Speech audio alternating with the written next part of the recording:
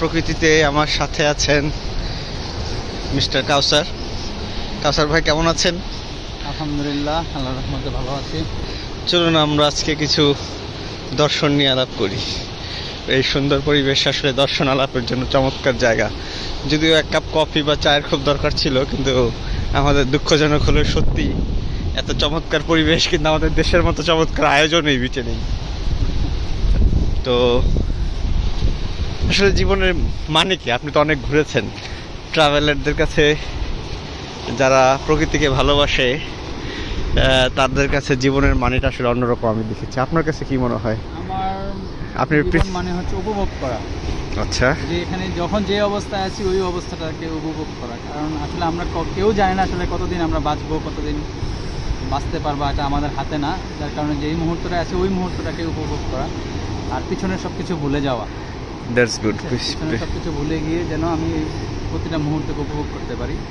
আর আমি আমার অভিজ্ঞতা থেকে বলি, আমি আসলে কখনোই মানে দীর্ঘমেয়াদী কোনো পরিকল্পনা বা জীবন নিয়ে বড় কোনো চিন্তাভাবনা আমার মধ্যে কখনোই ছিল না, এখনও নাই। আমি বর্তমান সময়টা ভালোভাবে কাটাতে পারলে আমি মনে করি আমি সার্থক। এটা ভালো একটা চিন্তাহীন জীবন আসলে সব মানুষ উপভোগ করতে পারে না। যারা আসলে অনেক পাওয়ার পেছনে ছুটে, যাদের ভিতরে অভাববোধ কাজ করে, তারা অনেক কিছু পাওয়ার পরে আসলে জীবনকে উপভোগ করার আসলে সময় পায় না। তো এটা খুব রিল্যাক্সিং। স্পেশালি যারা ট্রাভেলার, তারা এই ধরনের জীবন আদর্শ নিয়ে চলেন। তবে আমি ট্রাভেলারিংয়ের পাশাপাশি আবার স্পিরিচুয়ালিটি নিয়েও একটু ভাবি। এই জীবন তো খুবই ক্ষণস্থায়ী। হ্যাঁ, অবশ্যই।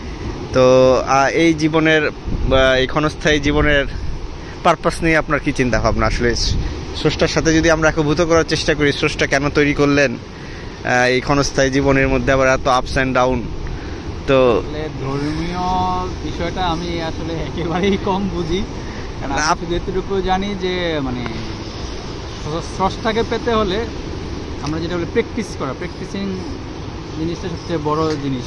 এক্স্যাক্টলি। যদিও আমার মধ্যে ওই জিনিসটা খুবই কম, তারপর আমি বিশ্বাস করি এই জিনিসটা সবচেয়ে বেশি প্রয়োজন। আসলে আমরা তো আসলে খুবই, এটা অস্বীকার করার উপায় নেই। যতই আমরা যে অবস্থায় থাকি, প্রকৃতিতে যেখানেই থাকি, যত খারাপ ভালো যে অবস্থায় থাকি, আমাদের জীবনটা খুবই স্বল্প সময়ের। এবং অ্যাজ এ বিলিভার আমাদেরকে এটা বিশ্বাস করেই নিতে হয় আমাদের একজন স্রষ্টা আছে এবং আমরা তার কাছেই ফিরে যাচ্ছি। এটা যে কোনো মুহূর্তে আমাদের ফিরে যাওয়া, এবং সেই ফিরে যাওয়ার জীবনটা আমাদের অনন্তকালের আর কি। তো স্পিরিচুয়ালি সব ধর্ম এবং বিশেষ করে আমাদের কোরআন আমাদেরকে সবসময়ই এই চেতনাই দেয় যে এই জীবনটা শেষ হয়ে যাবে, আমরা যেন সেই অনন্তকালের জন্য প্রস্তুতি গ্রহণ করি এবং আমরা সবসময় নিজেকে আসলে সেই স্রষ্টার স্মরণটা যেন আমাদের মধ্যে থাকে। এবং কোরআন, আমি যেটা করে দেখেছি যে প্রতিনিয়তই আমাদেরকে এই চিন্তা চেতনাটা দেয় যাতে আমরা এর সাথে যুক্ত থাকি এবং আমরা আমাদের পারপাসকে ভুলে না যাই। আমাদের যত জীবনের আয়োজন, আমাদের জীবিকা বলেন, পরিবার বলেন, সমাজ বলেন, সব আমাদেরকে আলটিমেট পারপাস থেকে আমাদেরকে ভুলিয়ে রাখে। তো কোরআনকে আল্লাহ তাআলা প্রতিদিনকার খাদ্য বলেছেন একটা সূরায়, যেটা তোমাদের রিজিক। তো রিজিক বলতে আমরা তো কোরআন তার খেতে পারি না, আমাদের আত্মার খোরাক বলেছে যে তোমরা জেনে নিবে তোমাদের করণীয় কি, তোমাদের লক্ষ্য কি, তোমাদের কি উদ্দেশ্যে সৃষ্টি করা হয়েছে। তো এটা আসলে একটা ভিন্ন জগৎ। আমি সবাইকে এই জগতে স্বাদ নেওয়ার একটা আহ্বান জানাই আর কি। চমৎকার আমরা পরিবেশ আসলে উপভোগ করছি আজকে, এবং চমৎকার কিছু কথাবার্তাও হলো।